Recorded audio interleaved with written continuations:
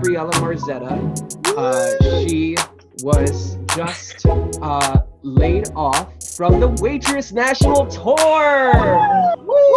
She was, and she she was played, Dawn, and it was a star. she's I a wish I could have star. seen it. And this star is bored.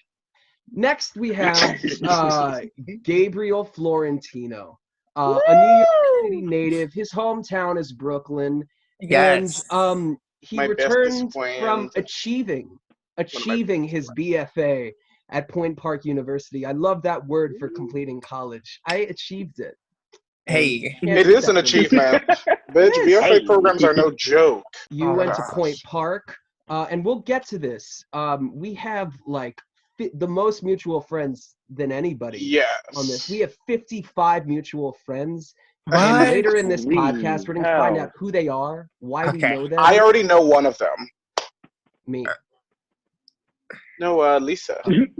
Oh, Lisa! Lisa, who's gonna also be on this podcast very soon on our Dogman episode. Yeah. The next person we have is Michael Nigro. He just finished working at the Main State Music Theater last summer. You could have seen him as Barnaby in Hello, Dolly, but he's mostly known by many people in the state of Maine for his critically acclaimed Jim Hawkins in Treasure Island. That's what Oh my the Times went up for. You, they called you Michael Nigro. Pretty amazing, iconic. You were in Sound of Music Live, right? He sure Yes, was. sir. Yeah. As You Friedrich. left that out of your Oh, bio, yeah. but I did research. Yeah. Thank God. I told you that, Keith. I didn't do research. So, What is this, a paper? Hell no. what is And last but not least, we have Jace Zeev. Somebody in Jace's house recently broke a mug. Not Jace the person, is it was a cat. non-binary, If it was a cat. who loves I am roller non-binary. coasters, Rubik's Cubes, and queer theory. Yes. They are writing an original musical. They wrote about a queer student union organizing in response to a school shooting. Their favorite roles include Corey in The Naked Truth and Blades in Tinker Rising. They were some of the first shows that I did in New York, and they were my first non-binary roles where I got to play roles that were also non-binary. For the longest time, I had to pigeonhole myself into stuff that I wasn't, because that's where the industry is for the most part. But these were the most exciting for me. The Naked Truth is actually a show written by Ian Connor, who a lot of us know, and Adam Rainier, who I think some of us also know. Mhm. And the role Corey was initially based on me when I met the two of them doing Cats, which they won't talk about. They were working on this musical, and they about like sex therapy, and they met me and they were like, wait, let's write a role for a non-binary person. So that was exciting to be able to play a role that was written for me, like with that kind of mindset, and the music is so much fun. And then the other one, Tinker Rising, is a supervillain love story about lesbians who fall in love that are actually arch nemesis. And I was the non-binary supervillain sidekick. Gabe, are you comfortable? Gabe, are you comfortable? He's laying down. Yeah, it's Okay, it's Seymour. you know it's dope when you don't even have to feel like you have to stay upright for anything anymore. Oh yeah, absolutely Everybody not. just That's has the to be, quarantine, honestly. You don't have to wear pants. You don't have to Exactly. go vertical. Are you wearing pants? Michael, you like Neil Patrick Harris, right? Yeah. Oh Well- man. I like him because in terms of performing, he's very versatile. Like he's great with TV film and he's great with theater. And I've always wanted to sort of branch out. Ever since I kind of entered the business, I guess, non-professionally and then professionally, I always wanted to do lots of different things that involved performing. And I didn't want to be like stuck just being a theater actor, but I feel like I'm more comfortable doing that. So he's someone I look up to a lot just because he seems to bridge that gap so well and so effortlessly. Bless you. And the opportunities continue to like, you know what I mean? He's not that kind of person who just goes from, one thing to the other and kind of, he like continues to do different things. I mean, he produces and does that stuff too. And now he has a family. So I just think he's very successful and he's consistently like engaging in the business and creating art. Yeah, and he's had a really interesting journey as like an LGBT person in the industry, because he's one of those people who got caught up in that like 2000s like I'm not gonna come out yet kind of thing. And there's like a lot of there's a billion reasons why. It could be very personal. It could be like your agent being like, not yet, you don't have enough MySpace followers or whatever they thought was important. MySpace. Rest in peace. But yeah, I knew he was involved in theater from a very early age, I believe. Like he was a choir section leader when he was like 15, and then like he had to like resign his position to go to Doogie Howser. Oh my god! Do you know what I watched recently? All that. Do you know what I watched recently? That was actually really exciting with him in it. Dr. Horrible's sing-along vlog. It's so good. It's so good. I think the thing I love the most about it is it's especially it was really uplifting for like right now, because it's just like a really exciting example of what you can do with a lot of drive and no budget. Like that's what we have to be doing right now. Yeah. It was during the writer's strike, exactly.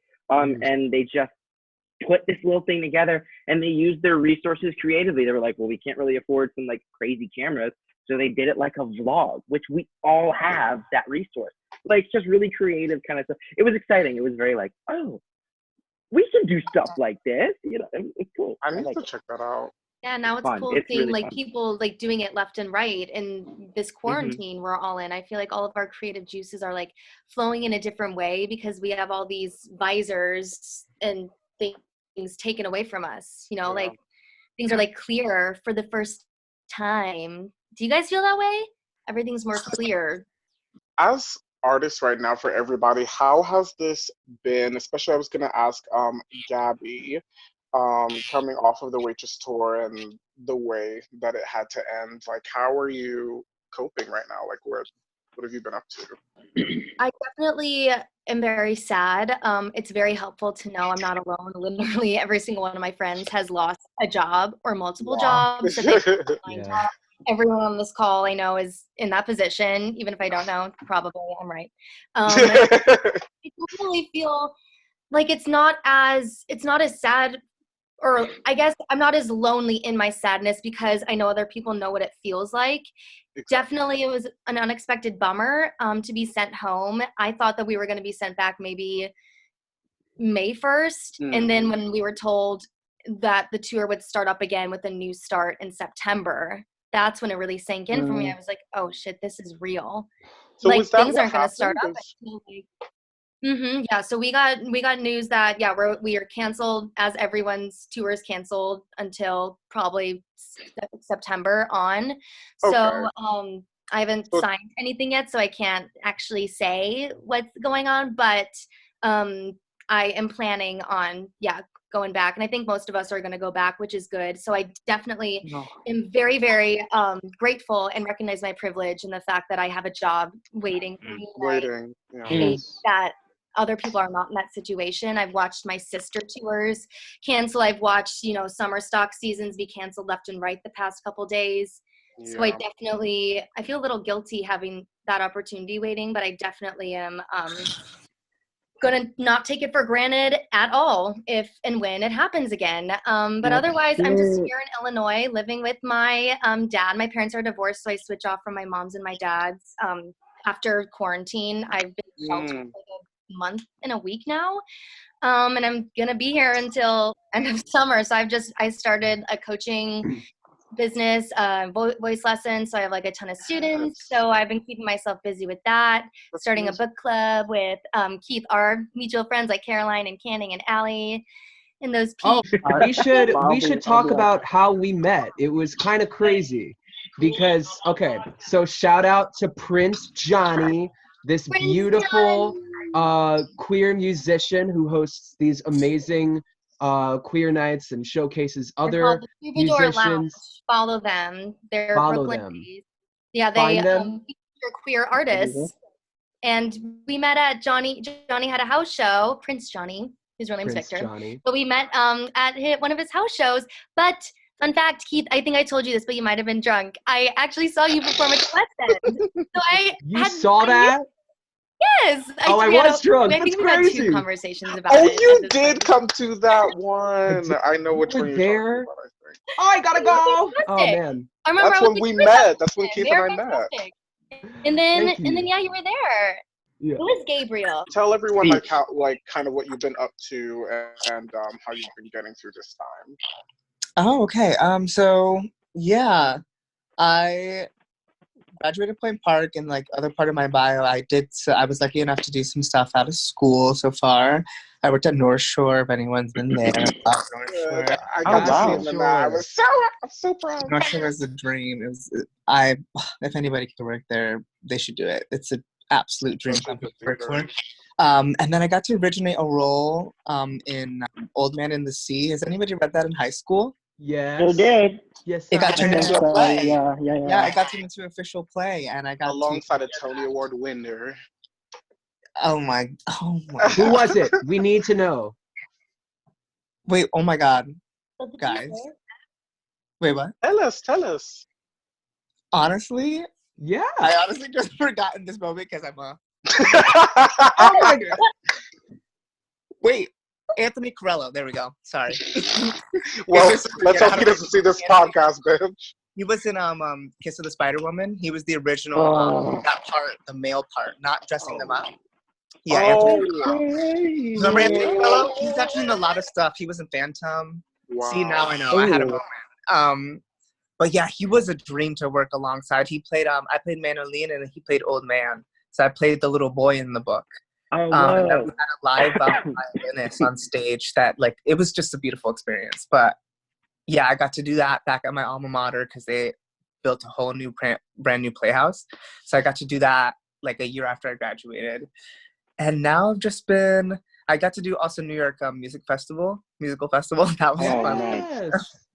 That was fun. Rest in peace. Wait, was it a play? Was it a straight play or was it a musical? Which one? Old Man and the Sea. That Oh, was a Old Man straight and the play. Sea. That was a straight play? Okay. Ooh. Yeah. It was a play with music. And Anthony Cabello cute. sang a little bit of Ave Maria, which was stunning. Ugh. And it was in the middle of the boat. It was like a scene where he's out at sea, like in the book. And I just wish I could have sliding. seen it. Like the production was like incredible. They had like an actual pirate ship on the damn set. It looked like, didn't they? They had this like balcony. It was like out at sea at the docks, and then like a centered piece boat out in the middle. It was just so cool, and it was really like technical, but yeah. And now after that, I laid low for a little bit. I worked at Lululemon before all this crisis. Equinox. But you had 2 jobs. Yeah. I recommend if anybody at any point is like, I need a survival job. Lululemon and Equinox are great. Yes. They're so bad. Lululemon is luckily like paying their employees still until June 1st. That's That's On good. whatever hours we had incredible. working That's before. incredible. Yeah. And Equinox put us on furlough, but they were like, this gives you the option of applying for, if you need to, unemployment insurance. You know what I mean? They could use the Which- PR too, I suspect. It's been a Sure, wild okay. year for Well, them. at least Lululemon. You're not like, wrong. isn't- Wait, wild year for them. What happened with Lululemon? Yeah. Equinox. Equinox. Oh, Equinox. Oh, I don't even wanna- Oh, you mean because of the whole Trump thing? Yeah. Yeah. The guy. Well, Did well, you put Lulu, well, Lulu is the good company. Equinox is. Yeah. What happened with Equinox? No. No, they're Equinox is a good company. It is a good company. Gabe, It's tell just, me. it's very corporate sometimes. I'll say that. are there perks to it being corporate? You're a though? mole. Yeah. No, like, so what I will say about Lululemon and Equinox, though, is that Equinox, I have a free membership to any of the Equinox gyms, except for the really expensive ones where, like, famous people go or, like, really wealthy people go. So, like, Printing House. So I can go to, like, Equinox in all the way downtown or in Brooklyn. So I will say having a free membership at a really nice gym, it's, like, really nice, like, equipment and stuff. And, like, Wait, but what was the scandal? just They, the producer... The owner not the is a Trump producer, one of supporter. the CEOs or people who donates to Equinox, gives money to Equinox, is a supporter of Trump. and was holding a What year? party, Trump party. This was like back in like September. Oh, Yeah, okay. this was like Remember this that? year, yeah. It's I like one of the remember. members Like, of the board, right? Listen, Yeah. and the people called in were like, I remember working that day, and people were like, excuse whatever, you can block this out. They were like, what the fuck? Like, cancel my membership? Like, how fucking could you? I'm like, I'm just working here. I get paid $15 Oh an hour, my baby. god. There's a lot of really like. I will say, I Does believe it matter? Equinox ended up cutting ties with that person. Sure. Okay. I mean, that makes because sense. they like, you know, that there was a huge impact on the people that were signing up for memberships. But overall, Equinox is a great company to work for. I won't lie, and so is Lululemon. So I'm thankful in that, and especially in this time, I guess, like wrapping it back to the question, but like especially in this time with everything going on, I'm so grateful for Lululemon even just giving me anything when I know many people have completely lost a That job. is very true. And I know even though that I'm for Load and Equinox, my manager was like, we're going to hire all you guys back because we need you guys. So I know whenever this ends that I have something to go back to. See, 'cause my tour said peace.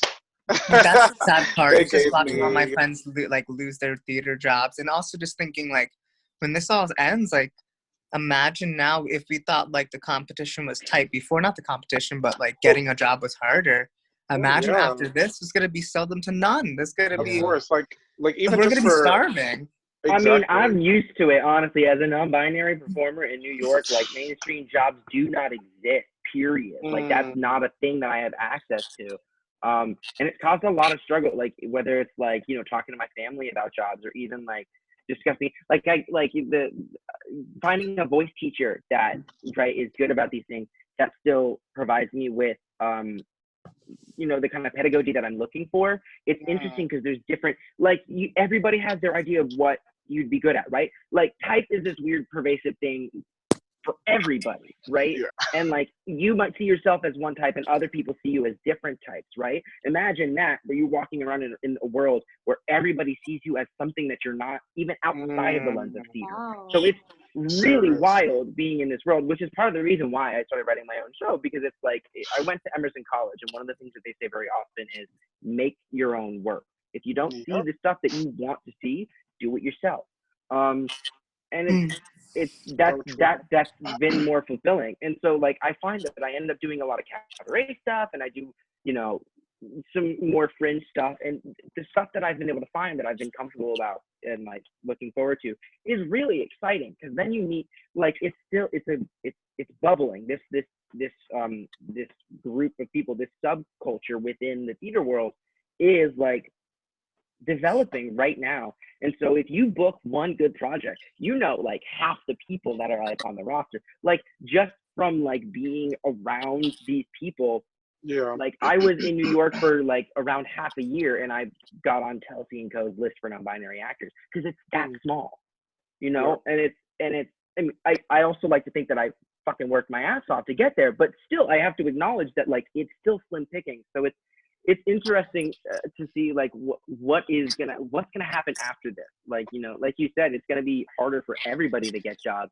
I'm interested in like what those jobs are gonna look like, because this is exactly the kind of event that should spark some sort of artistic renaissance. And I'm just excited to see the art Please that say comes out of that, it. please. Yes. I want to see the art that I comes out of agree. it, you know? I completely agree. Yeah, Jace, can you just talk a little bit more about what life is like as a trans actor? Because Girl, I don't loaded. even, like, it's Because people don't weird. understand. You know what happened the other day? This was the first time I experienced it. And I know it's not, I know it happens for people all the time. I don't post on Instagram very often. I'm not super, like, I'm like, if I'm excited about something, when I go out, right, you know, I forget to ask people to take pictures because I'm like present. I'm doing whatever I have. You know, that's whether that's like my acting training to be like, just be present, you know, to like feel the moment, you know, whatever that kind of hippy dippy shit that they teach you, like, it sticks with you, right? So I don't take a lot of pictures, so I'm not on Instagram very often, but I saw someone commented on a post of mine where I literally, the caption was the date and then hashtag they, them, right? Someone I don't know commented on my post being like, a mentally ill dude. Ugh. And I literally, it was comical to me. Like I saw it and I laughed. It's that's not the reality for a crazy. lot of people. A lot of people, that's really like harsh and harmful. But I looked at that and I went, LOL, what? Did you just search the hashtag they, them just to post Just, it? Like yeah. you literally, if you have such an issue with people that are non-binary, why are you spending your attention and time on it? One, and then two, I said also, if you're gonna come for me, at least be creative, sis. Like, Okay, Yeah. bitch. that's boring, mentally ill dude. I'm actually like, within my sight, within my circles, I'm actually like not very mentally ill, which is a blessing, especially being within the trans community, right? Like I don't experience a lot Come of on. mental illness, whether that's anxiety, depression, other things. Like I have bits of dysphoria and dysmorphia. Obviously, I'm fucking trans, but like as far as how that manifests in my body, it's nowhere near what it's like for other trans people. Like trans women, black trans women, especially. Like that is the that is like the bottom of the totem pole, so to speak. Like those are the most oppressed people. Like just trans women of color in general, you know, like and the people that are being murdered the most, from what I see. Exactly. They Trans are, women and of color. it's really wild because when you're in the trans community, you know the trans community, right? So you hear from the trans community. I hear just about every single time a trans woman is murdered. I know about it. It's in my wheel of consciousness.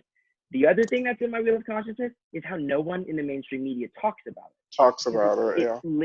Because in order for you to talk about it, you have to address that trans is real, trans is beautiful, and should be, you know, looked after. Trans lives fucking matter. You have to address how race plays into it. You have to address misogyny. You have to address like patriarchy, like all of these things. You have to address the stuff that we don't want to address. We love to minimize everything down to like a shareable, quick, you know, like virtue signal, like I'm gonna throw my hashtag out there, you know, like a cis white liberal kid who's applying to Stanford and goes, one of the like their application things is like, what matters to you, and they just write hashtag Black Lives Matter like 25 times, but they don't do any actual activism. That's bullshit. Exactly. It's garbage. It makes me so mad. But that's kind of like what being trans is. Someone I know, I love, my best friend Chala. They're also non-binary. They just did something with GLAAD and Instagram for Trans Day of Visibility with their partner. And they also did something with Logo. Like they're doing some crazy cool stuff right now. But they tweeted out on this on a Twitter that you won't find anywhere.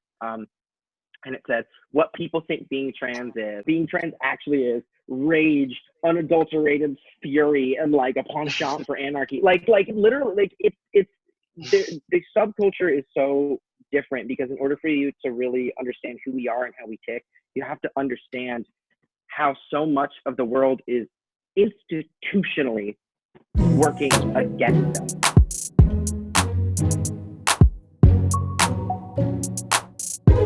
I did come prepared for this episode, though. But here we go. Yay! Yeah, I only found one of the socks, so I'm only wearing one sock right now. Wonderful. And one of the things that I say in that other podcast is I think the best way to do that is by telling stories and by making theater and allowing the people that make the theater to be the voices that we're trying to give a boost to. So often we give platforms to people outside of a community to give voice to a different community. And it's like, while that is good, it is a bit, you know, white savior, but the idea is let communities tell their own stories. And I feel so privileged to know the people that I know, because that's the goal with my show, is to tell these stories from the perspective of the trans community within the trans community, but be able to kind of connect it to people that otherwise wouldn't listen to this story. So like for my show, the big plot, it's inspired by the students from Stoneman Douglas in Parkland, Florida, and the way that the journalism students organized after a school shooting. I took that kind of idea, because I'm from Florida, and that was actually in the same school district that I'm from. I took that idea and I made it so that it was, instead of the journalism students organizing, it was the queer student union, especially because like there's such a long and time-tested history of queer people organizing, you know? I mean, Stonewall, you know, and then also like the Pulse shooting. Like, I mean, it's activism is in our blood. Like that's what we do as queer people. And the idea was that like kind of flip this narrative, and it's about the protagonist is a trans girl, and her partner is non-binary. Their best friend is a chaotic bisexual, and then we get the story of also like a baby lesbian, like someone that's just coming out. But the story, like the story of the school shooting is one thing, and the story of trans people is another thing, and they're both topics that are really important to me.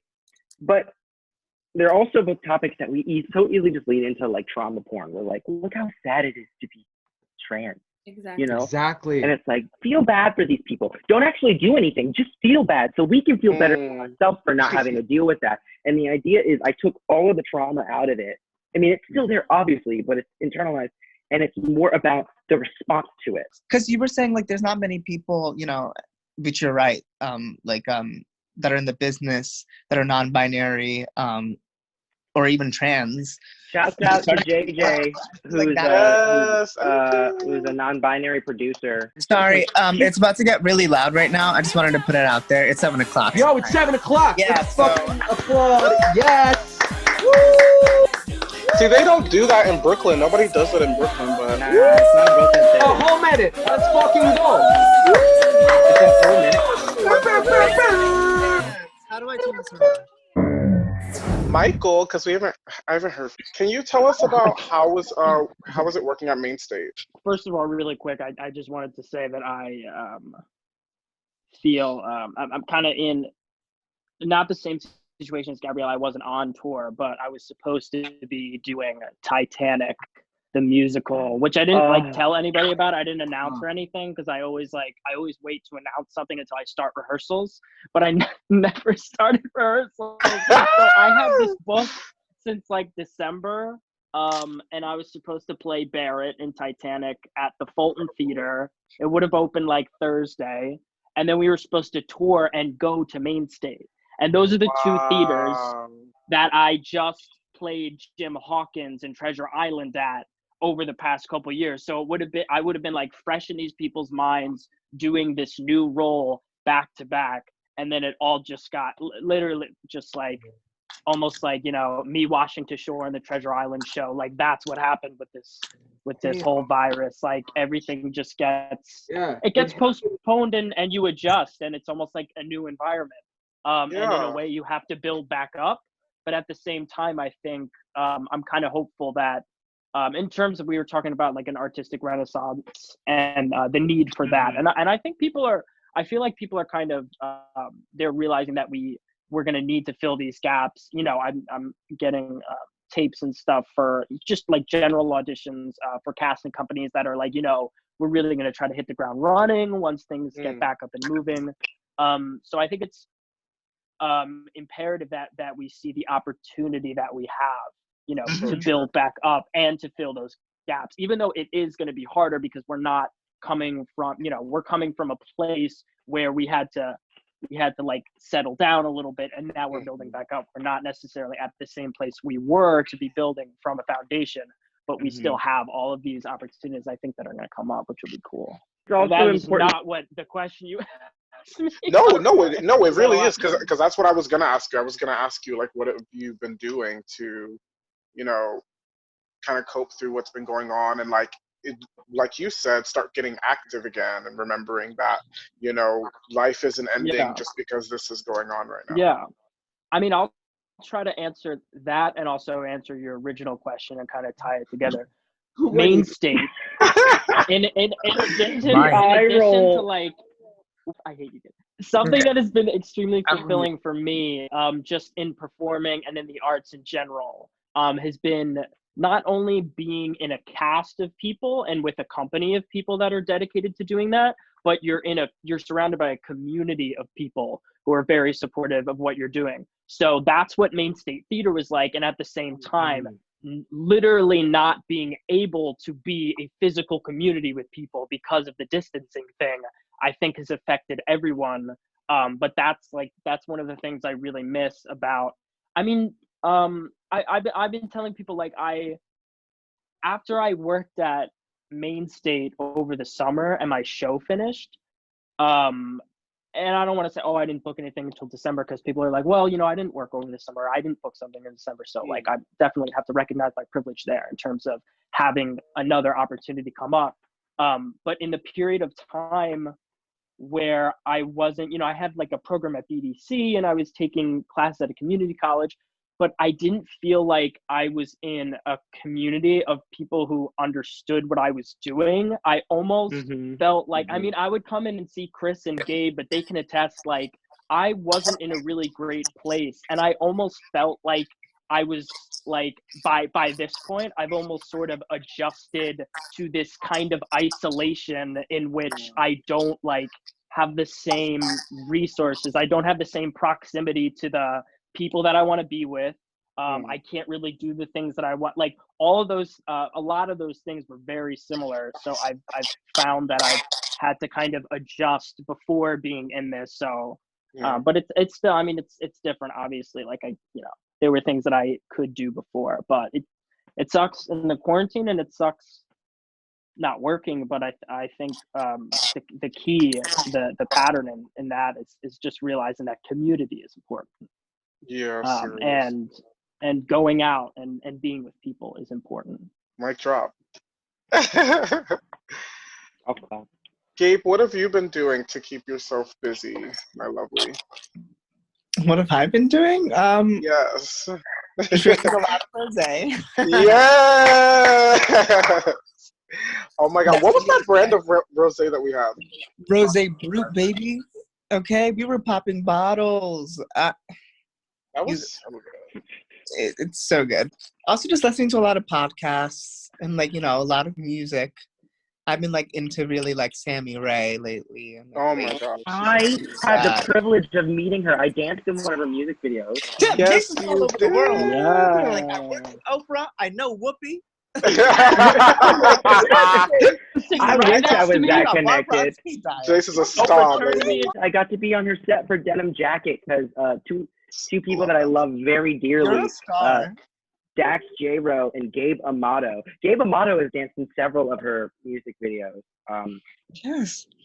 He's phenomenal. But Dax reached out to me and was like, hey, we need extras. Come through. And I was like, fuck yeah. I love Sammy Ray. And I also I knew of her through my roommate was someone who did Apartment Sessions, which is a YouTube channel that's really cool. Oh, I love Apartment Sessions. It's a bunch of Broadway and off-Broadway and New York-based musicians that play in pits and gig economy. These are the people that do tours and Broadway and all this great stuff. I love Sammy. I was supposed to go, and then I got a case of the social anxieties, and then I was like, I'm just gonna stay in bed because I'm just gonna be awkward. I know that I experienced that a lot, social anxiety. Can you talk a little bit about that? Yeah. It feels what did you say? It definitely, that definitely helps. For social being on the road and stage touring, it's equally so wonderful, but also really I just get so in my head about how I appear to these kids at the stage door, and then in general if I'm hanging out with people, I don't know, I feel like I'm an extrovert when I'm on stage, and I'm a comedian, physical comedy, that's my thing, and in shows, but when I'm Gabby, it's just it's so different. I'm such an introvert. I don't know, do you guys experience that as performers? It's 100%. Especially consistently 8 times a week, my alone time, I needed my alone time, and as a performer I actually find that I needed to creatively recharge, and so that's not a bad thing, but I definitely having social, it's not great, it's annoying. I always want to just go home and play The Sims. Exactly. I love Sims. My sister and I, we used to make families on families on The Sims too. We watched a soap opera when we were younger, One Life to Live, and we made the characters on the soap opera, unlike ABC, and we made the town of Landview. Oh, that's amazing. On The Sims. Better go off on Sims 2, Keith. Gabriella. If you want to invest in your Sims lives, then what are you even doing? I wanted to compliment you on your shirt, and I wanted to see Oh yeah, you weren't here when we were like, Joey yeah. Oh, Tiger King. Yo, Pete Buttigieg saying he was the first openly gay candidate to run for president. That is a lie. Out of here. Lie. Guys, this is How actually dare he say No, that? not it. After you told me about it, Chris, I watched it. Oh my! Oh yeah, I literally forced Gabe and Mike to. I was like, stop everything that you're doing. Watch Literally, it like right he now. broke the quarantine and he came over our houses and he shoved us. I came to Jersey. So wait, real quick, God. because I'm curious because I want for my own so I can steal. I want to know, what are y'all watching during quarantine? Because I Yes, Okay, watch. okay, all right. So I'm really, really into. I think Tiger King got me back into it, but I had already been really interested in investigative crime documentaries. I guess if you could call it that in a way. So The Keepers on Netflix. If you haven't seen that series, it's an investigative crime doc based on like an entire this really widespread case of basically like sexual abuse in the Catholic Church and Catholic school system in a certain part of the country. I think like I'm watching this. somewhere in Pennsylvania or something. And it's investigating basically the murder of a nun who worked at a Catholic school, who apparently told these girls who were getting abused that she was going to do something about it and tell someone. And then all of a sudden she shows up murdered somewhere, and her murder has never been brought to trial. And the person who they think, and the people who they think perpetrated the murder they're nowhere. No one's ever been charged with anything. No sexual abuse charges have ever been charged ever. The statute of limitations is up on almost all of it. It is one of the most interesting and frustrating at times, but it's that and Don't with Cats. I started watching Little Fires Everywhere, and so I need to watch that. I need to watch it. Reese Witherspoon is it. I despise Elena. They got Kerry Washington with her studio, Reese Witherspoon with her production company, and they're making this together. And it's basically. And they give such amazing performances. Kerry Washington, she's so powerful because she's so goddamn still. So good. And the way she just like stares and then just like takes like that long meaty beat before she says anything. Yes, I watched Big Little Lies season 2, and I think that is some of the best acting I've ever seen. Nicole Kidman won an award, didn't she? I gotta watch this. They did. They all won an so award. good. Meryl Streep, phenomenal. Laura Dern, everyone. Oh, like, my God. that is a masterclass. Recommend. I will not be rich. My favorite moment of season 2 is when Meryl and Laura Dern are in Starbucks together, and Laura's like, I can't even look at you right now. And she walks away, and she forgets her coffee, and they're going to the same place. No spoilers. You'll get to it. Yeah. It's just like, I'll take that for her. And We'll take that for her. We're going to the same place. So good, and like being so evil, but like being someone we all know who like they're not actually evil because they haven't done it. I've been watching Killing Eve. Oh, If you haven't watched it, watch it. It's so good. Sandra, I love anything done by Phoebe Waller-Bridge, though. Like, oh my God, Fleabag is also amazing. You know what I do have to plug, y'all? On Amazon Prime Video, there's a girl named Ali B. Gorey. I think maybe some of us know her. She started this series called Able. And it features people in the industry who have physical disabilities. What? And it's amazing. phenomenal. Wow. It's absolutely phenomenal. Ali Stroker's on an episode. There's like a ton of other people, and it's getting the conversation going about like, why can't we have a Katie Heron with crutches who has cerebral palsy? You know what's a classic that I just watched that is still so good? Titanic. What? And I needed to be reminded that never Leonardo DiCaprio and Kate Winslet are American film royalty.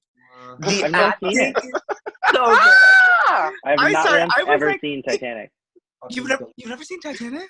I've never seen Titanic. We need to see it together. Really? Oh, I didn't like it. It is. I watched it very recently. I went a very long time without seeing it too. It's so good. It's so good. Oh. I'll tell you guys one of the funniest shows you need to watch during all of this. Right. It's from 2005. It's starring Lisa Kudrow. It's called The Comeback. It's on HBO. You could get it on HBO Go. She plays a sitcom actress who worked in the 90s, and now it's 2005. And the studio is basically like, we're not going to give you any more offers or auditions until you do a reality show to boost your career. Because they don't believe that a middle-aged woman's life is interesting enough without a reality show. So my partner, since they were just walking by and they heard me say that I've never seen Titanic, they pointed out that we have old school, baby. We have a VHS. It's a huge guilty pleasure of mine. I love Marvel movies. I love them so much. I just love them. I can't explain They're it. so good. But also, one of the best movies ever made, live action, animated, or otherwise, superhero or non-superhero, is Into the Spider-Verse. It is Yes, the greatest we watched film it ever together. made. Yeah, I showed it to Chrissy. He had never seen it before, and we watched it. It is so good. I was crying. I was like almost crying at the end. I was like, bitch, not another Coco. Oh my God, Coco. Coco. Y'all have Disney Plus. Familia.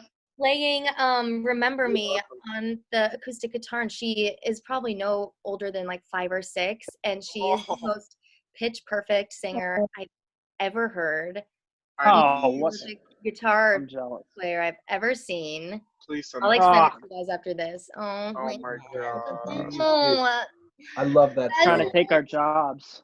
No, literally, that movie can make me like. If you cannot cry at Coco, you have a heart of black that's tar. that's like I the can't not sociopath. cry. I can't not cry. If you do not I have an won't watch emotional reaction to Coco, then you are probably a sociopath or a psychopath. They will do further testing, but that's phase 1 of the. You cannot Whoever be trusted. found out about someone. Coco. Put Coco in front. I love Coco so much. I have been watching A&E Intervention. Non-stop. You love that messy shit. I love, my favorite thing is, so whenever we hang out, right? I love Chris. Chris is my brother. But like, you know how like anytime you hang out with someone and someone's like, oh my god, I have a YouTube video you have to see, right? Whenever we pull up a YouTube video on Chris's phone or on Chris's account, it's always like Judge Judy. excited. Just like, yeah. Judge Judy. And I'm like, girl, who hurt you? Why are you watching this? It never happened. It never happened. Baloney! Garbage. Never heard of it. Liar, pants on fire. One of the things Chris and I watched when I first, so Chris is actually staying in my apartment right now because I was like, I have an unused bed, please stay here. During the quarantine. But when I moved him in, oh my god, shut up. So when first moved him in, we watched, what was it? Amazing Homes Architect? What is that show? Oh, World's You turned me on to. World's Most Extraordinary Homes? Homes Is that on it? Netflix. Wild. I love that show. Bitch, when you are stoned, there is not any better thing to watch. It is so beautiful. There's literally one house where it's underground, like it is actually built underground, and it looks like you have to watch it. So How do you build a house? I'd be so sad. Magic, sorcery. We're watching it. We put it on. We were like, "This is gonna be the background, right?" And then, and then like 10 minutes in, we're talking, and then we just both kind of go. Chris has that show before. It's no, really I didn't freeze. I've watched a couple of episodes. It's really freaking cool. It's like I would never want to like live there, but like. That's your 420 suggestion, listeners. Extraordinary. The world's most extraordinary homes. Mm-hmm. Yeah. I love that you're paying right now. I wish I would. I want to take this time to make sure we get to see all of you sing on podcast. So I pulled up all of you. Oh, I found the ones that I liked. I looked for multiple. No, there's literally no videos of me of recent, so there's absolutely no. I knew Gabe was. Yes, go ahead. This is us. Okay, you know Tony Maloney. Oh my God, this is us. Oh, you know Brandon Ocasio. How do you know Chris Garofalo, Keith? He's a member of. He was a member of the Flea. He was a bat with me. Wait, stop it. How do you know Anthony Sanchez? Yeah, Yeah, One of my best friends. Who? I don't know. Maybe I did some West End things then. How do you know Anna Kovics? I work at Lululemon with her. No way! She was a stage manager, I think, at the Flea. Yes. But I know Chris.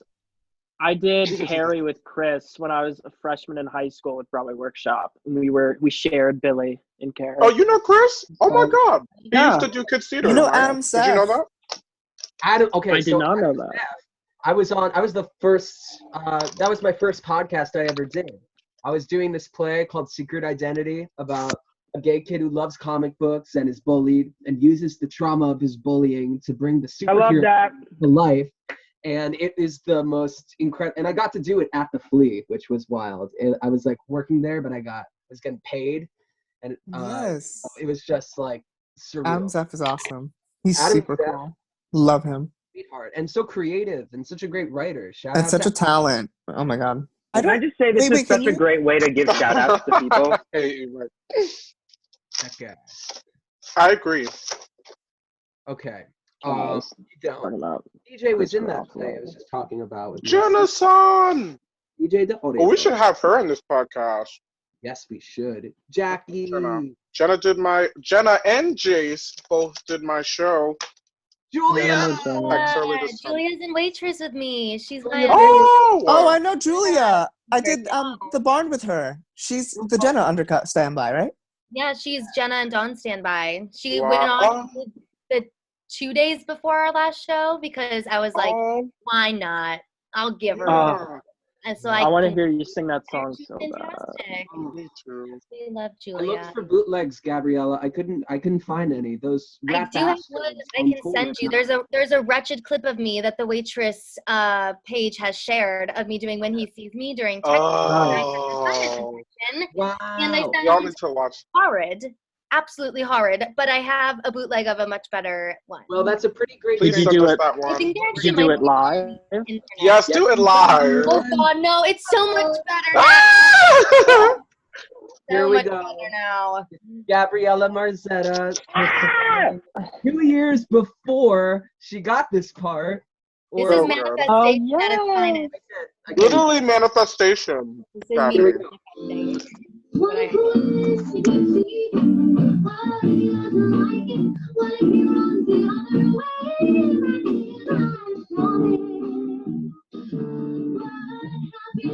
You're so good.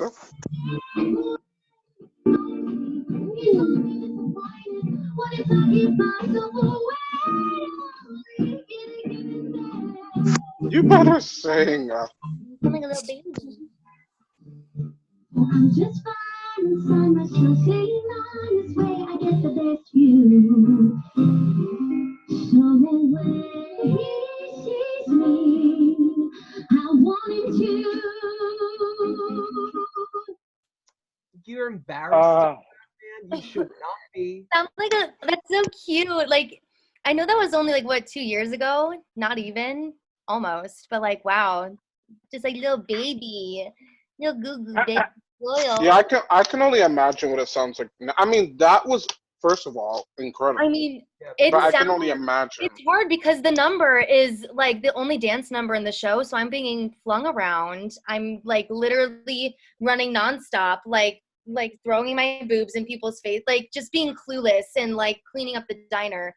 So it's when I get to sing it standing still, it's like such a gift. But it is honestly the hardest thing I've ever done, doing that number, because it's so hard to like have vocal stamina. It's like a high song, the pattern song kind of, and then at the end you have to like belt this high note after you're literally like running a marathon. So I have a question for you, because I am sure that doing all those things makes it harder vocally. What is that like for you, having all of that fun stuff to play off for like acting? Because like singing by yourself and doing monologues are so difficult because you don't have direct scene partners like right in front of you. What is it like to be able to have stuff to play with when you get to sing such a fun song? Oh my God, it's amazing because I'm used to doing like new works, and like I went to Cap 21, we did like all our shows in a black box. You know what I mean? Like I'm used to more like experimental theater and like new works as well. So it's really, really cool to be a part of a show that's like it's commercial theater, and it's, you know, Right. we're using the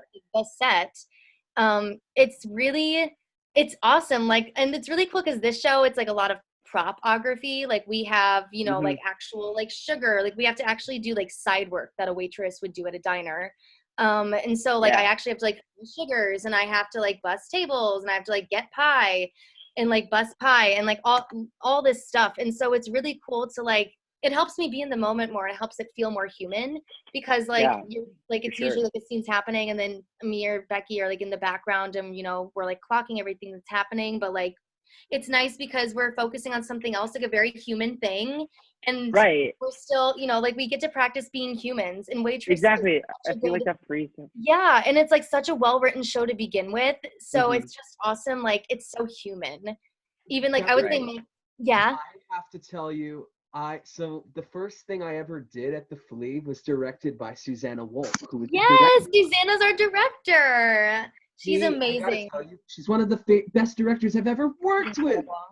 She is one of those people who like comes prepared, like she already knows what sound she wants and all that. I mean, with a model like Waitress too, like it's already been directed, and she came from being an assistant director a lot, which is she was Diane Paulus's assistant director in the original. So she like has all like the little gems, but it's also cool because this is like our version. Like, you know, it's what changed, what was different. Well, now we don't have tracking on the stage, so there's a lot of added choreography, and the pantry people they're the one, like it's kind of like Hadestown. The pantry people are kind of like the fates, like they like bring Jenna's thoughts to life even more so than the beginning. Like they literally leap up from the scene, will move the table, and then like catch Jenna. And we added a lot of new lifts because our Jenna, she's really petite, so we were able to add ones where she's like lifted above people's heads, and it's really beautiful. Some of the choreography has kind of changed, but otherwise it's the same show. I've gotten to add, thanks to Susanna, I've gotten to add like a lot of comedic moments, which are awesome, which has been cool. As like a comedian, so supportive about that. She was one with me too. She was like, "Oh yes, you don't need the validation, but they give you the space to like bring the instrument that you have to the work that you're doing." It's called a play, honey. Do it. Exactly. She makes me feel so comfortable to bring this, like just try it out, and like I'm prepared for her to be like in her Susanna way, like let's not do that, or like let's get this option, like in her cute little Susanna way. And it's so awesome that she's like a little bit of both. Like she comes from, you know, the world of Diane Paulus, and she has so many memories and like I said before, like little jewels and gems from that experience. But then also she is an incredible artist and director on her own, and so it's cool watching how she's kind of taken Waitress and like elevated it in a way, because our version's a little more human because the ensemble and we're all more involved. And it's just really cool to be a part of, like, it's not a new version, but it's kind of a new version. And I don't think anyone's played Dawn the way I have. So it's really cool to kind of feel like I'm not copying anyone. I'm honoring the text and having freedom to play. So what more could you want? And I get to the props. So, I want to give a quick shout out to my friend Hallie, who loves Waitress, took me to Waitress. It took me 3 years. I only saw it like when Todrick and Miranda Sings were in it. Oh, yeah. Hallie Oh my gosh. And she was like, "Oh, that's that blonde guy who's always with her." And I'm surrounded by 12-year-olds at the stage door because we got to get autographs. And Todrick is there too. And I was like, "Oh, I want to sell this. Can you sign this little thing that says you're playing this role?" He was like, "Yes, I will." He said, "I want to sell this." I want to sell this. We are going to get back to watching everybody, and we're going to go over to Michael Nigro's delicious performance. Musical theater is all the munchies I need, man. Oh. Here we go. Of course, I don't care much. Yes. Come on, hair perfectly coiffed. Yeah, look how to shit.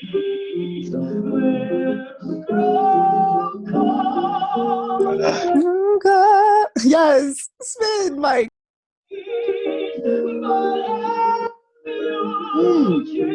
kiss me as we touch. Morning's fair. I don't care very much.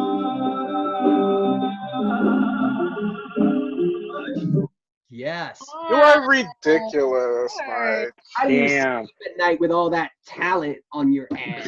Does it weigh you down? Is it heavy? When was that, Mike? That was not last summer. I don't even know if it was 2 or 3 summers ago. I had played MC in cabaret at Broadway Workshop when I was a junior in Yes, high double school, cast with and Will. that was with Will Callahan. Shout out to Will Callahan. We gotta get him on here. I love him. I love him so much. I've stayed in touch with him over the years. But that was probably one of my favorite, if not favorite, roles I've ever played. Was MC in cabaret. I love that show. Oh my god, it's so fun. It's so fun. I wanted to ask you, Michael, about the journey to getting and booking Sound of Music, because from what I'm seeing from all your work, Titanic, like you love cabaret, and now you've done Sound of Music at NBC at a lot. By the way, were you in Bethpage? Were you at Grumman for that? Mm-hmm. So that is down the street from me. My dad used to work at Grumman. Really? Yeah. Oh my god. And now he got laid off or something. Sorry to him. Well, also just to let everyone know, Sound of Music was when Mike was a little younger. Mike was a little. How old were you, baby? I was 14 when I booked it, I think, and then I was 15 when we started rehearsals. Yeah. Had you booked work before that? The year before, I was there are a couple different versions of the Radio City Christmas Spectacular show, a couple different plots, and there is one where there's like a teenage guy and he has a younger brother, and they're like trying to get home, and they run into this Salvation Army type Santa Claus who actually ends up being the real Santa Claus, and the teenager doesn't believe in him. His name is Patrick, blah blah blah. And I actually did that the year before, and the kid and it was a national tour, just seasonal, and the kid who played Ben, my younger brother, was Gaten Matarazzo from Stranger Things. No way! He's very chill. We have very similar senses of humor, so like we vibed a lot. And I've kept in touch with him over the years. I actually went and saw him in his high school musical of Spelling Bee. And he was great. Love that show so much. And it was just, I love it. And so that was really cool. I've sent him some, we've just kept in touch or whatever. He's just a really great, genuine, down-to-earth person. But anyway, so I did that, and I was auditioning again that summer to be in the Radio City show with the same role, because it was only, a year later, and they said I was too old. So I was upset, but I was like, okay, whatever. And then I couldn't get an appointment for the Sound of Music live on NBC, so I had to go to the open call. So I went to the open call. Wow. You didn't know that? I didn't know that. That's amazing. Yeah. That's intense. I got up at like probably 3 a.m. or so at home with my dad, and got dressed up in like a little suit and everything. And I went into the city, and I was the first kid sitting there, and everyone started to line up behind me. And there were, I don't think they got into the thousands, but there were like hundreds and hundreds of kids who were there. It was like a big like cattle call, like Annie. You were the first person online? If you look back at like the documentary where it shows, I'm a couple people back, because like different people came and people were mixing around or whatever. But when I got there, I was the first kid who was actually sitting there, and it was like, it was still dark out. It was that early, but I was like, I want to get here first.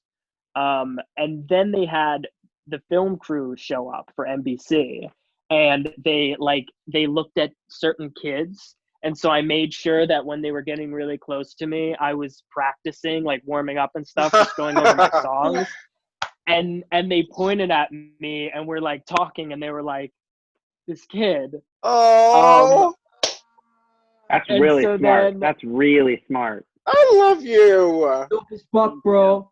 That's what hard work does. That's what getting up in the morning does, man. That was Yeah. also, but I like, Yeah. that's just so cool because that was literally you at 14. Like, that just goes to show, Yeah. like, that you, like, even that young, that this means a lot to you, and that, like, because Yeah. especially, like, in that age, too, like, when you're kind of, like, 13, 14, like, a lot of kids, like, are not into theater, like, don't care. Mm. It's more of something that would be, like, an obligation, like, if they were still going out to audition, so that's just really Yeah. cool. They just don't have the Even- discipline. They don't have Yeah. the self-discipline. You Seriously. have to start that young. Yeah. So- That I think wrestling actually. I started wrestling when I was in first grade, and I wrestled all the way up and stopped like my freshman year of college. But that's one of the biggest things that has instilled discipline in me. It definitely helps, and it's like dancing and everything kind of just all comes together. But definitely being in an environment where it was like you're not supposed to talk when the authority figure is talking, and you do a lot of hard work, and the end result isn't necessarily that you win or you have the perfect right answer, but the work that you do to get to that point is very important. And just being in an environment with people who are taking it seriously and are buying into something, that's important. I mean, that's community. Yeah. That's what drumline was like for me. I did drumline like all the way from I did not know elementary that. school. You didn't know that? Yeah, I was captain of No. 4 separate drum lines growing up. I was in the first elementary school drum line in South Florida, and then I was captain of my middle school drum line, and then I was captain of my high school drum line. But also there was another thing I did that was called WGI, which is indoor percussion, which is this whole other monster. It's super theatrical. It's really close. It's inside. It's fantastic. And it's a really direct crossover. And that was also, I did WGI with a couple different high schools, actually, like outside the ones that I went to. And I was center snare for a couple of them. So, yeah. Oh God. I love this song. I love this song, and I love the way Jace does it. Raise your brain, honey. Yes. This is from Heather's. Obviously, if you're watching this, you probably know that. I didn't. When the eyes get lost in the pain, shut your eyes tight till you vanish in sight, where nothing remains. Freeze your brain.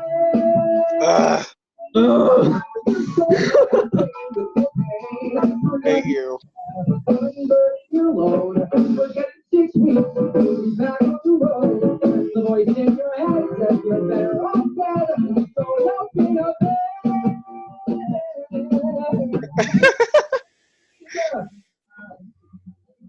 Just freeze your brain.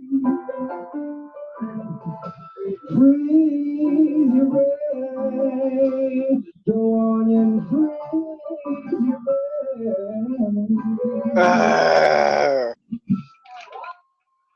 How dare you? Oh, that was tight as fuck. I mean, what is there to say Yeah. besides Sing. like everything you were saying before, Jace, is validated by the work that you do. Okay. Yo. What's happening? You're getting No, paid but- off, Keith. But this is why I am so excited But that that's you are important. creating your own work, and that you are going to be in the work. I don't know if you told everyone yet, but Jace is also going to be in the musical that they are writing. I And wrote a role for myself. I said if Lin-Manuel Miranda can do it with like In the Heights and Hamilton, Yes. I was like, why wouldn't I? I mean, if there is, this is actually, it goes back a long time, even before I ever wrote, because I wasn't a writer, but it used to be growing up when people asked me, what's your dream role? Before I even came out as trans, I would always be like, I don't know, what? And it kind of resonated with the fact that every time I would look at a character on stage, I wouldn't really identify with any of them. There are certain roles that I didn't want to do but as I came out, I realized I wanted to queer them. So JD being one of them. JD actually, when you make JD like trans or non-binary, without changing any of the script, there's actually little things that actually make it that much like better, and like the way that it queers the story a bit is actually really exciting. But I used to say when I started coming out, and a little bit before it, people were like, "What's your dream role?" I would always say it hasn't been written yet. Mm-hmm. And being able to then go, why wouldn't I write myself? You know, why wouldn't I Write write for your own myself? dream. Write for my own self. So the show that I wrote is called My Own Worst Enemy. And the lead is a trans girl named Stacy, and her partner is Jade, who is non-binary. And if you couldn't tell from the direct similarity to my actual name, it was one of those things. And it was important to me because, I mean, there's so many different non-binary roles out there. And a lot of times when they're within the mainstream, they throw it in last minute as just like a thing, or they lean really hard into the transition, what they were assigned at birth.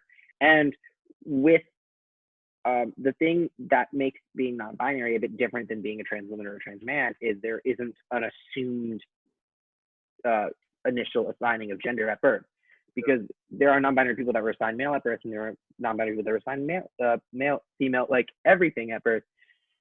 And it was really important to me that there was a non-binary character written in the musical theater canon that wasn't being locked into having to, because the second you say like non-binary, assigned female at birth, you're locking in, what you're really saying is we want a female body in severe quotes that goes through what we like a voyeuristic transition, and it doesn't do anything for me. No. It actually pisses me off, especially because there's also, even this is more into it that I really need to get into, but within the community there's this idea that non-binary is just like either a drag queen who's like I'm gender fluid, or it's mostly like people who used to identify as lesbians and then realizing that it's something a bit more, it's a more post-gender thing. So the assigned male at birth non-binary people, there's this weird, it's like they're either like a toned down trans woman or they're a drag queen, and I'm like, I'm neither of those things, very clearly neither of those things. Mm-hmm. I very frequently refer to myself as a dyke or like as like a tomboy. But it's this weird pocket. So I was like, I'm going to write a character that is explicitly going through non-binary issues without ever telling the audience what they were assigned at birth, so that when I'm done playing it, any non-binary person can play this role, because I didn't want it to be restrictive. The last thing we need to do when trying to open up the world of musical theater to trans people is to be restrictive in our breakdowns, you know? It's also important to me that Stacy, as the protagonist, didn't need to pass. She didn't need to be a passing trans girl. She didn't need to be like she could have really short hair. You know, it didn't matter where she was in her transition process. All these things. It was if you were, because I know so many trans girls. They look so. I'm rambling at this point. I love trans people so much. But yeah, that was one of those. That's one of those roles that I'd love to clear. JD in Heather's. And if I may, I think also you should be Tommy in the upcoming revival. Oh yes. Are you? I swear. For No, Tommy, like no. I completely agree with that. I completely. Wait, like the who's Tommy? I've done Tommy. I've been Tommy. No way. You need to do it again. Yeah, I would actually. I used to talk very frequently how much I love Tommy. I think it would actually be really exciting to cast Tommy as a non-binary person and have it be this kind of, because especially think about it. This is a child who was deprived of sensory perception for most of their life, and then they grow up and then they come into these things. Why in the world would that person prescribe to the same gender norms that everybody has been taught through socialization? They wouldn't. Casting. We need to forward this video to casting. Come on, Chelsea, get on it. I have no problem like about my talent as a person. It's just that as a POC artist in my community, and mind you, I'm AfroLatino, everyone, so this is going to go a little deep. I have some emotional stuff and vulnerable stuff of me as a person. It has nothing to do with my talent per se. Me and Chris were talking about this over Zoom a couple days ago. I just have a lot of anxiety as a person performing for people. But Chris knows and Mike knows I'd be singing up a storm and we'd be shooting the shit. Oh, Gabe is one of the most talented people that I know. You really are.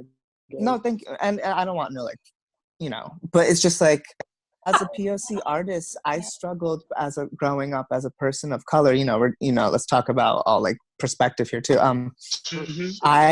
I'm a Black Latino, so I was not Black enough for my Black friends, right? But I was the Yes, Black please talk kid about in my Hispanic community, because most Hispanics, Puerto Ricans, Dominicans that I am, Puerto Ricans are very light, or they're all different arrays of colors. They could look like me. They could look as light as Keith. Keith, honestly. What is the preferred word for Hispanic is for people, I'm pretty sure. Oh, Keith, I'm gonna let you talk about it because it's your show. Oh, I'm sorry. Oh, no, Mariah. I was saying they can be Oh. as dark as me. Yes, Yeah. I'm Latina. I'm AfroLatinx. Under Gabby, so I had to be like, Yes. no, it's not Gabby, it's under Gabby. Oh. Like the I'm on a standard. phone. A producer, a wonderful No, producer. please continue. I think I was just reading, like, Hispanic is people, correct me if I'm wrong, Mariah, if people that derive from Spanish speaking countries in South America. So everything basically behind Spain. That's why when people say I'm Spanish, you know what I mean? Spanish is European, like inaccurate, Spaniards. Got it. And I'm pretty sure Latino and Hispanic basically can be interchangeable.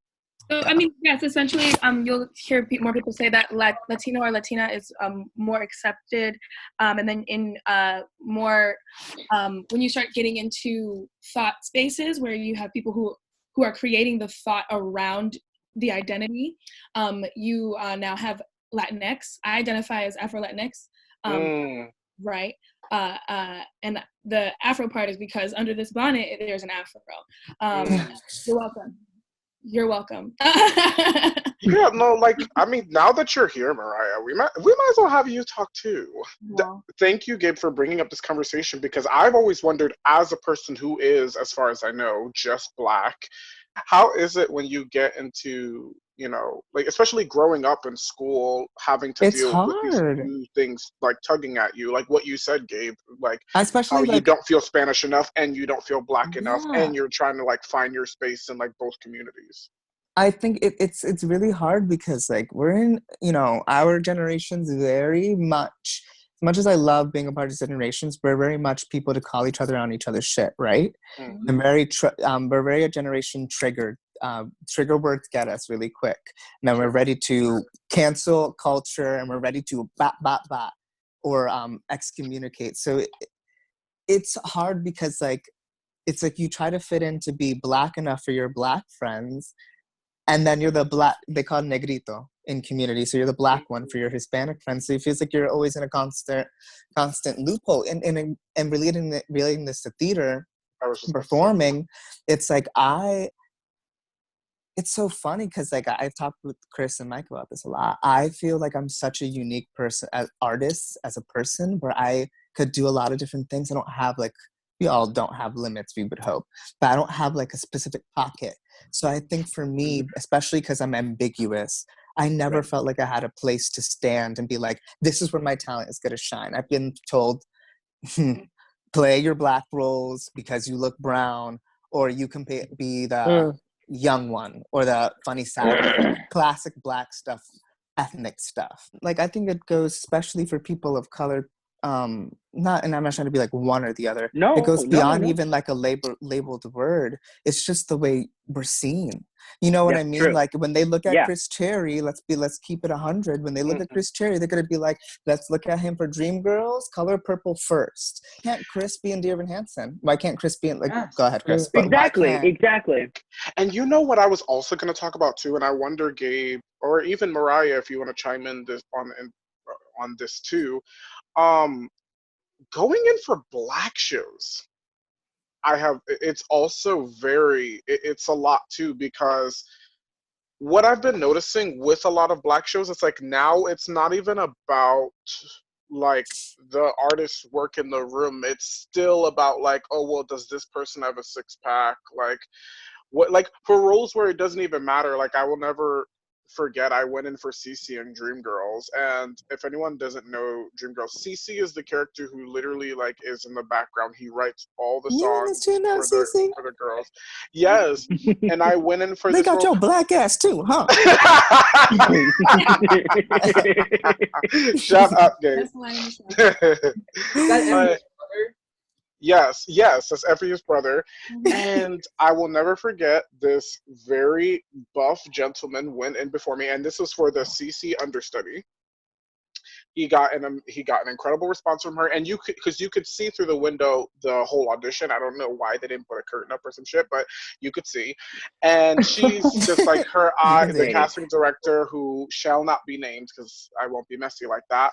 But just looking at him with just such admiration, you knew that he got it. You literally knew. And then when he was right before me. Then I went in. I literally said to her, like, I tried my best to be as warm as possible. I was like, "Hi, my name is Christopher Cherry." She literally goes, "Cool," and just does not look up from her phone one time. Not in a way of like, "Oh, I'm taking notes," but like, "Oh, I am actually not." You don't take your damn notes on your phone. Be a professional. Yeah, I was like, I am literally not paying attention or caring about anything that you're doing. So That's so disrespectful. I was just going to say, like, I will put that I'm AfroLatinx on, submissions and whatnot. And even after they've looked at my headshot, which is very clearly like me, like it's like my hair is it's like 4B, my hair, like it's everything about me. Like, so you've seen my headshot, but you're still like, oh yeah, come in for the role. And it's kind of like, who are calling in next? Mariah Cameron. Okay, cool. Okay, come on in. And it's like, but they're looking for this, Afro-Latinx, yes, but maybe she has like really like loose curls, and she just doesn't. It's just not me. It's because a lot of Latino Hispanic roles in theater, this is where I have another problem, is are white passing. Yes. Let's keep it honest. Like, I love me Anthony Ramos, but he's super light. You know what I mean? What type of Afro-Latino Hispanic roles do you see, or actors? Even Robin DeJesus. You know who's the only one? Jerome from Central Park 5. He's one of the first. That's why for me, I've been having a hard time as an artist, and I've spoken with Mike again and Chris about this, just finding my own inspiration. Because there's not many people that look like me. And they know, like, I have such a, like, specific way of being that I'm like, will the industry like this? Like my timbre? Will they like my tone? Because I'm not traditionally black sounding, but I'm not traditionally, I'm my own thing. You know what I mean? Will they accept that? It's like they want me, it's like as a brown kid, they're like, oh, so like I can riff and all, I love riffing all the time. It's like, but will I do it like gospel? Like, that's what I'm trying to say, like a gospel black kid. That's not my riffs. I love my Chris likes to call them like he calls them computer riffs because they're like super clean, whatever. But like my worry has always been like, when I riff, do I sound black enough? Right. That shouldn't be. No, it's so true. I do also feel like I have to black it up, when I go for hairspray, when I go in for anything that, like, if it's a black role, I do feel like I have to black it up. And I'm like, am I taking that narrative away from people? Because that's not my narrative. So I get nervous. And then I have fright. Because I'm like, what is my identity as an artist? Sorry, I did not want to cut you off, Mariah. I was basically like, that's exactly right. That's exactly also the point I was going to make. Like, we have, we as a people are diverse, and then you have, the challenge of typing, and the challenge of well, this role was already written, and like, this is the show we're doing. So like, is it really the casting director's fault that, like, a maybe an alternative, very, not from this gospel root, not from this, area, and that is me as a person, but over the years, I've developed very, like, different ways to express myself. It's like theater's still so black and white. Theater, like, I don't want to say 100%. Yes, black has so to be black and white. It's so binary. It's, like it's binary in everything, whether that's with like gender, whether that's with race. We love to split it into opposites.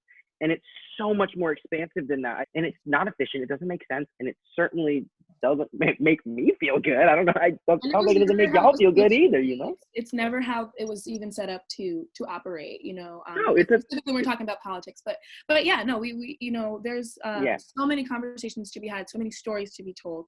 You know, and I think that there's even places where those stories are being told. They're just not breaking down into the mainstream. They're not. Absolutely. Heard by the people who should be hearing it. Yes, Right. Earlier, Jace, where it's like, how do we get these shows and these ideas to people who live in like towns where I live, who live in small America, and like, how do we get them to accept that?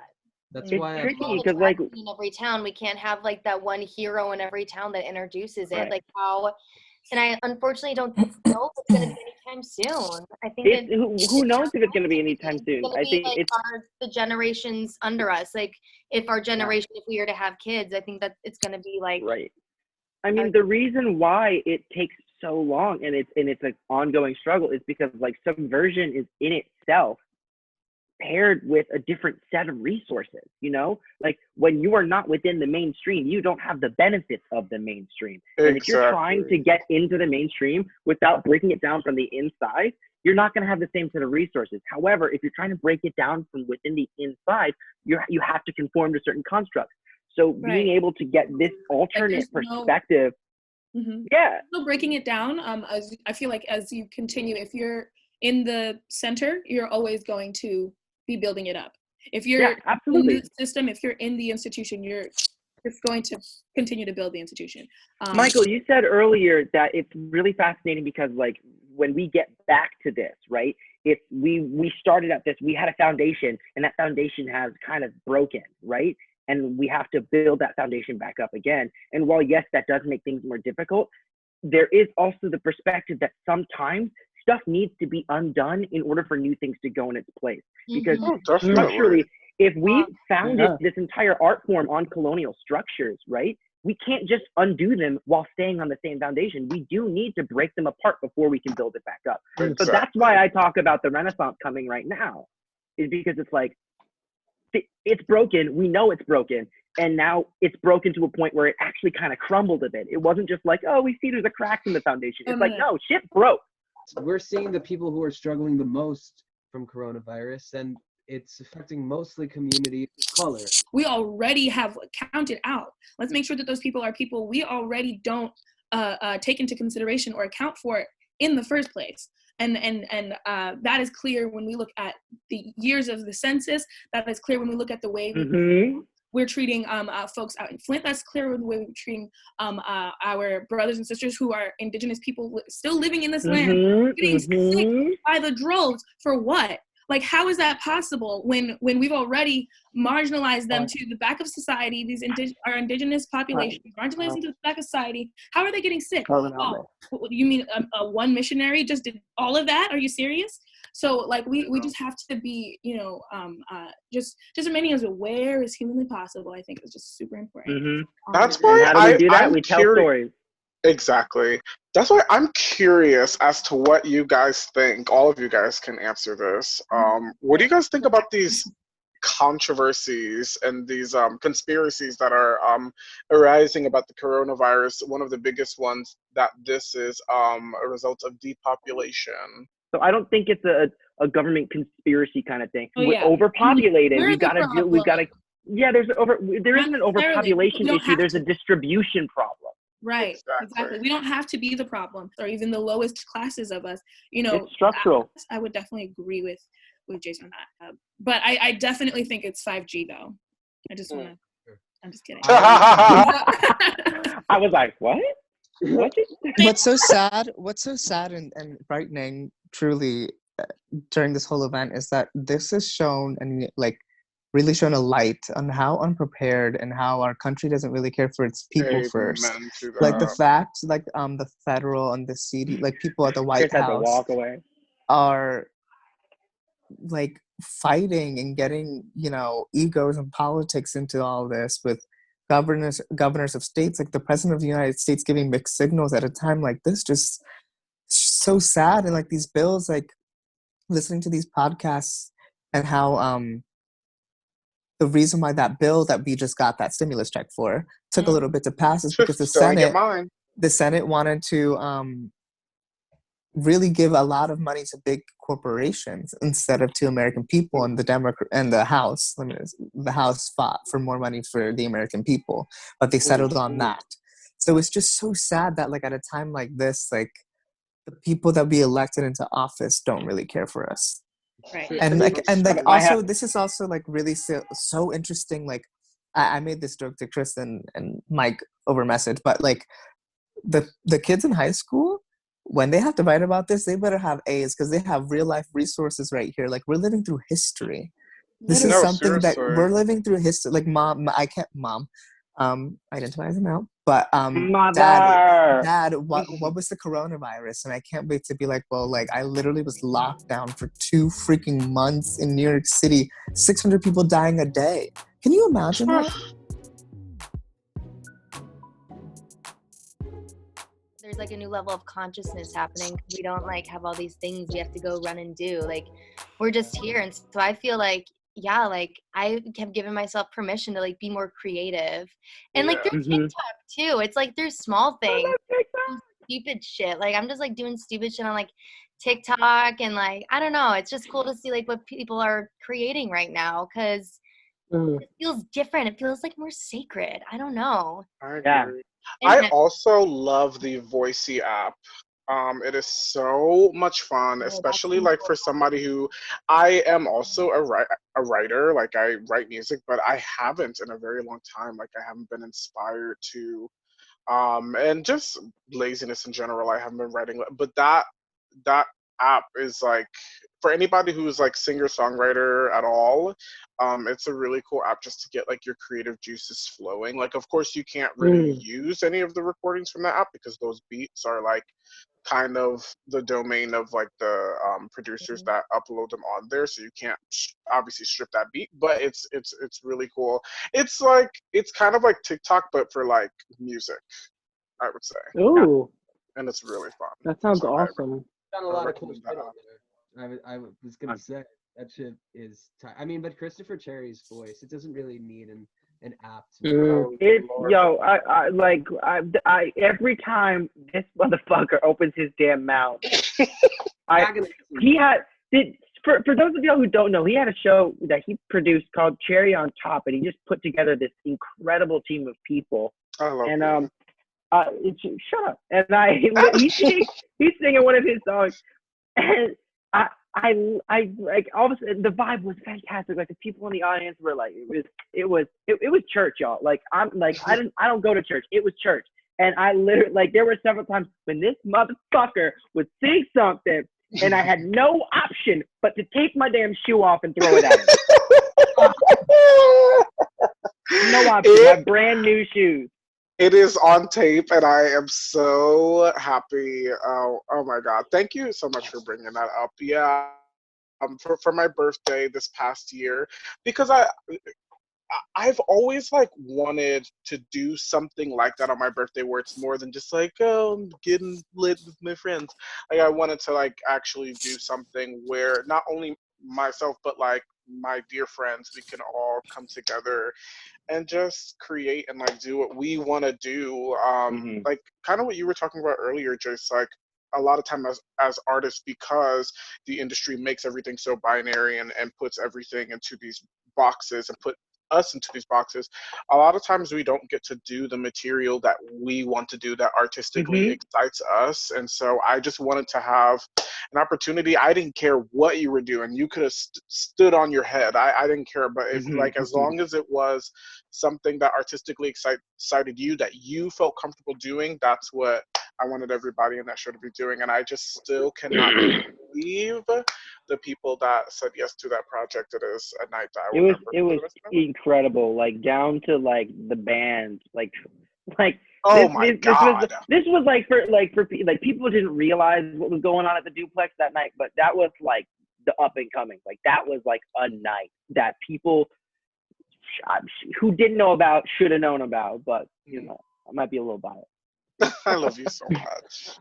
Well, I think we have reached a natural conclusion because I feel like everybody, we've gotten to know all of you so incredibly well. We've gotten to know what you stand for, what disgusts you, how you sing.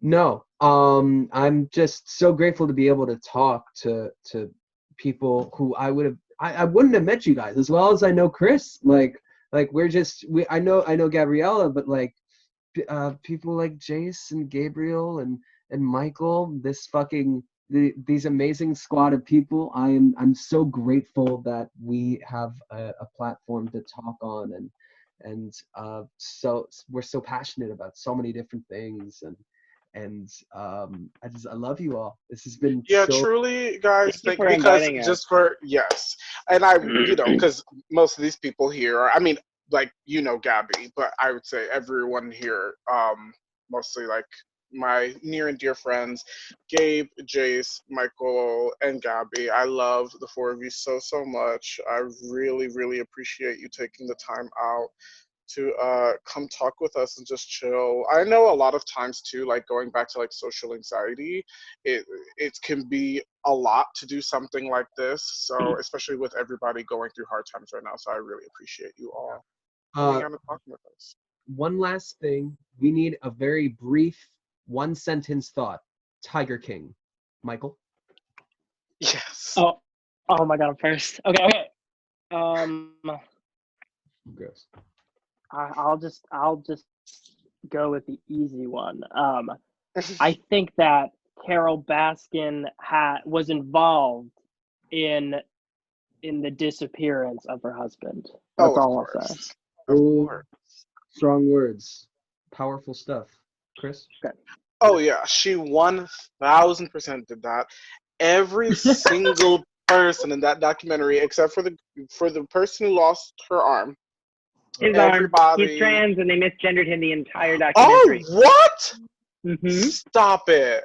Yeah.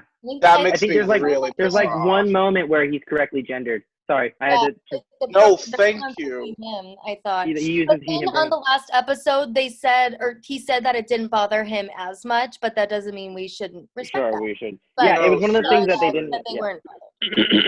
Oh, thank you for bringing that up.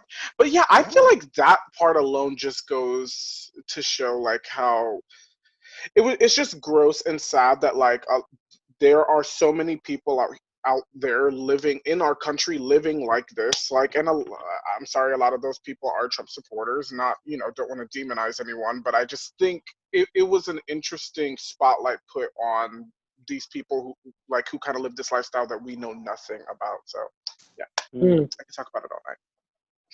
Jace? That didn't count. One sentence. I find it's going to be a complex one. I find it fitting that we have been so drawn to Tiger King currently because while the world is in such chaos, somehow the insanity of the Tiger King makes all of this seemingly normal. Gabrielle? At the end of the day, they're all murderers. Think about it. Like, so true. every single one of them, except for like the last husband.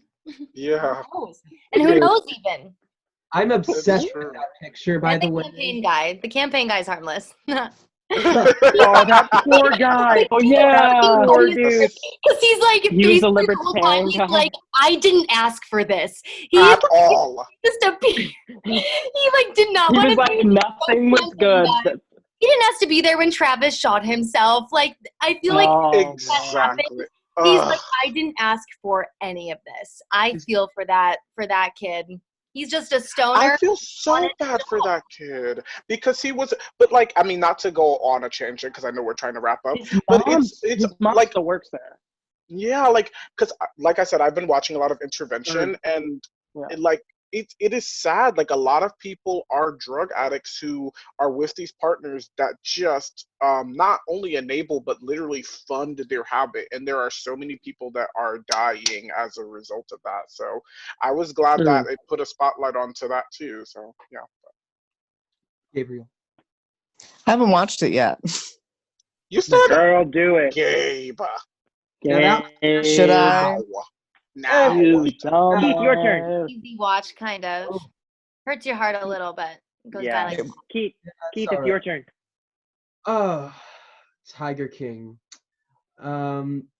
A surprisingly irrelevant show that I think has Yeah. get through the past 3 weeks. It uses queerness and animal rights activism. People are just around all their pets now, so it's kind of the perfect time to pet that kitty or that dog and save Can I him. pet that dog? Well, like, Can I pet that dog? Can I pet that dog? Hey, Can I hey, pet, hey, pet, hey, pet, pet, hey. oh, pet, pet, Hey, pet, hey, pet, hey. pet, Get it, pet. get it, get it, get I it. said a pat. I said a pat. Fuck it up, pat. Let's get it. If I get it, get. Okay. Cat dog. That dog.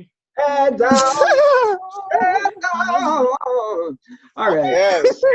Carol Baskin. Yes. just throw it in there. Carol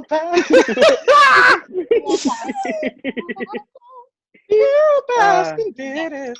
All right. Thank you for inviting us all.